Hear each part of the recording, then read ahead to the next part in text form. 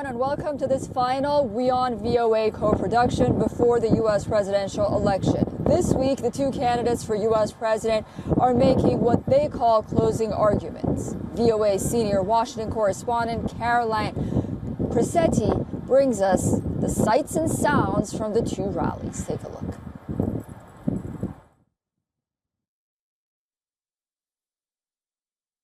In this final week, the presidential campaigns take on the air of a court case.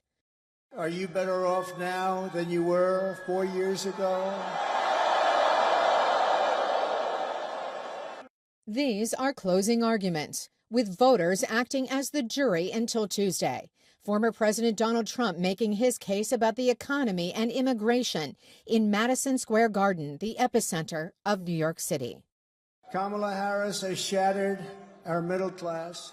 After years of building up foreign nations, defending foreign borders, and protecting foreign lands, we are finally going to build up our country, defend our borders, and protect our citizens. It's called America First. The 20,000-seat arena was packed. Some voters waited overnight to get in.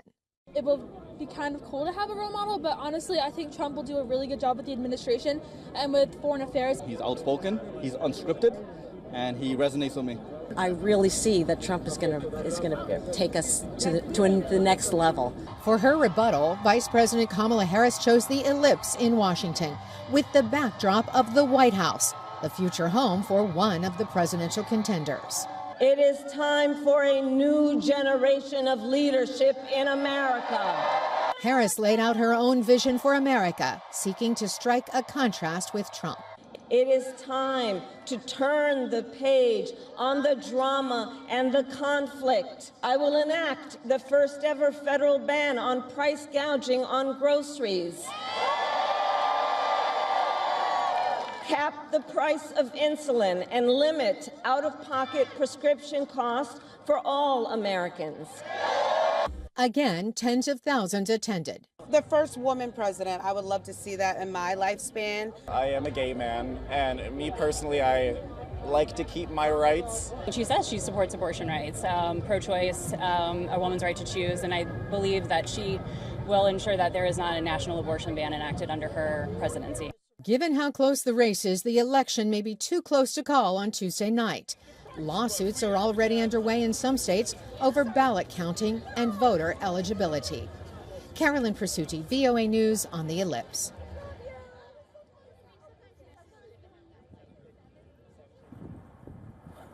For more VOA's Jessica Stone joins us now live with additional reporting. Hi, Jessica. So political observers have been watching the early vote. Where does the tally stand as of now, and what, if anything, can we learn from the early ballots which have already been cast? Yeah, I mean, we're peeling the tea leaves even as we speak, right? All political observers closely watching those more than 62 million American early ballot votes that have been cast so far. Part of the reason being that Donald Trump this time, as opposed to last election cycle, encouraging Republicans to get out early and take advantage of the early vote. He didn't do that 4 years ago. Nonetheless, we are seeing more Republicans vote early than Democrats in some parts of the country, but at the same time, we are overall seeing fewer Americans vote early than we did in 2020. Of course, that was in the middle of the COVID pandemic. Now, Reuters polling also indicates that Harris is winning among blacks, Hispanics, and women, while Trump is leading among whites and men. In these final days, Trump has increased his share of Hispanic and black voters. Harris still leads overall, though. Both Harris and Trump focused on closing the deal with Latino voters who make up large portions of many of the states that are swing states, Nevada, Arizona, and Pennsylvania, just to name a few. Susan? And even though millions of Americans are voting early, those ballots aren't at all getting counted early. How could that impact when we get results of the election? The million-dollar question. Yeah, it is a million-dollar question, and it's increasingly looking likely that we will not have a result on election night unless there's a blowout on one side or the other, because the margins in the polls are indicating such tight margins in those critical 7 swing states of 1% between the two candidates, that we likely will be having to literally count and recount every single vote in those states. Those 7 swing states actually also have different times when they allow the vote count to begin. Some allow it to count before Election Day. Others have to start on Election Day, and none of it can be reported in many of these states until after the polls have closed. So we're going to see a lot of that data come in throughout the evening, as we normally do, but it's going to be compounding the early vote and the day of vote. In Georgia, Pennsylvania, and Wisconsin, 3 of those swing states, they don't start the count until Election Day. Some states also giving overseas Americans and military service members longer than Election Day to vote. So all of that can compound the issue of getting an election result on election night, and that's even before we start seeing some court action or potential requests for a recount. So we are expecting to work long hours all election week and hopefully have a result. You know, last 4 years ago, we didn't get a final call on Joe Biden's win until 4 days after Election Day. We could be looking at the same or longer this time. Okay, well, thank you so much for that, Jessica. Please do stay with us. I'd love to get your thoughts on this next package by your colleague, Patsy Widakuswara. Vice President Kamala Harris says that she believes the U.S. should lead by building alliances to manage conflict. Former President Donald Trump says his projection of strength and unpredictability can stop wars even before they begin. White House Bureau Chief for Voice of America, Patsy Widakuswara, spoke to experts on which foreign policy approach would be better at reducing conflict amid wars in the Middle East and Europe. Take a look. In January 2025, either Donald Trump or Kamala Harris will be the next American president, the key voice in determining U.S. geostrategic interests and the commander-in-chief who will direct the world's most powerful military. I don't have wars. I had no wars other than ISIS, which I defeated, but that was a war that was started. We had no wars. I could stop wars with a telephone call. Trump has never explained how he will end wars. While Joe Biden was in office, Russia invaded Ukraine, and militant groups Hamas and Hezbollah attacked Israel, leading to a bloody year-long retaliatory campaign by Israeli forces. No major wars were started under Trump, and he did not get the U.S. involved in new armed conflicts. Trump supporters call it peace through strength. Democrats argue it's a coincidence and that at the end of Trump's term, U.S. troops were still fighting in Afghanistan, Syria, Iraq, and Yemen. There's also Trump's unpredictability. Presidential historians call it the madman theory. The idea that by pretending or at least seeming to be willing to be a madman in foreign policy, to retaliate viciously, was a way of strength, was important, and unpredictability in that sense could be a virtue. Critics say that Trump's unpredictability, paired with his self-interest, is dangerous in a world with nuclear weapons. Unpredictability may also complicate conflict management. So much of de-escalation and diplomacy depends actually on choreography, and choreography needs to be predictable. So if you know what your adversary is going to do for the next step, you can take it right up to the edge without going over. On the diplomatic front, Harris is seen as more traditional. Like President Joe Biden, she believes in multilateralism and building alliances to maintain U.S. global leadership. As Vice President, I have confronted threats to our security, negotiated with foreign leaders, strengthened our alliances, and engaged with our brave troops overseas.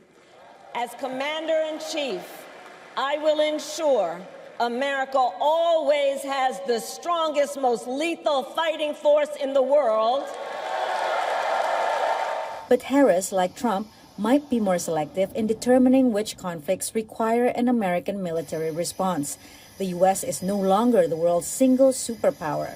Both Trump and Harris, are not ignorant of the fact that power is redistributing in the international system, that other countries also have a say, that Russia and China, have their own views on how the international order should work. The difference, Lapson said, is that Harris believes in U.S. convening power and would be more inclined to rally countries to solve problems together. She will likely continue Biden's push for transatlantic unity to support Ukraine. On Gaza, she has emphasized upholding humanitarian laws. Donald Trump is saying to Prime Minister Netanyahu, do what you got to do in the Middle East. Kamala Harris is saying, you have the right to defend yourself, and you need to take into account the humanitarian crisis among the Palestinians. Do either of them lead to a different outcome? Is anyone listening to the United States at the end of the day? As Americans gear up for the election, that is a difficult question to answer, no matter who wins in November. Patsy Widakuswara, VOA News, Washington. VOA's Jessica Stone is still with us live. Jessica, we've talked often about how foreign policy doesn't dictate how Americans vote, but one key campaign issue has been how these candidates approach declaring and resolving war. What do the polls tell us about Americans' attitudes towards global conflict?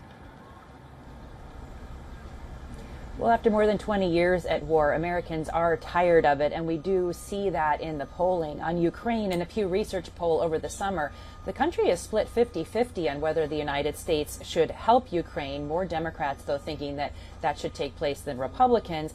On Gaza, in a Pew Research poll this fall, we saw 61%, a majority of Americans, saying that the U.S. should play a role in diplomatically ending that conflict. And in a recent AP NORC poll on the Middle East, half of Americans surveyed are worried about an escalation in that conflict. 4 out of 10 worried about U.S. involvement overall in the Middle East. Susan? And what are the top foreign policy priorities for Americans at this point? Yeah, so it's not just war, actually. It's not just what's going on in Ukraine and Gaza. It's also still an overarching fear that the country needs to be protected from terrorism, that the border needs to be secured, that illegal drugs have to stop coming into this country, and that countering the power of Russia and China is also top on the list. American views of China have hit an all-time low, according to Chicago Council of Global Affairs survey. And a YouGov poll shows that the Israeli-Palestinian conflict, protecting the U.S. against terrorism, and protecting human rights are the top issues for voters. So we see a through line there that's not entirely related to conflicts that the U.S. is directly involved in, but in protecting the American people, which of course is an important issue to all Americans when they go to the polls. Yeah, indeed it is. Well, Jessica, thank you so much for all of those updates. I'll talk to you soon. I'm sure we'll be on the same broadcast in the next few days, and we'll see what happens. See you next week. Thanks. Yeah. Stay safe.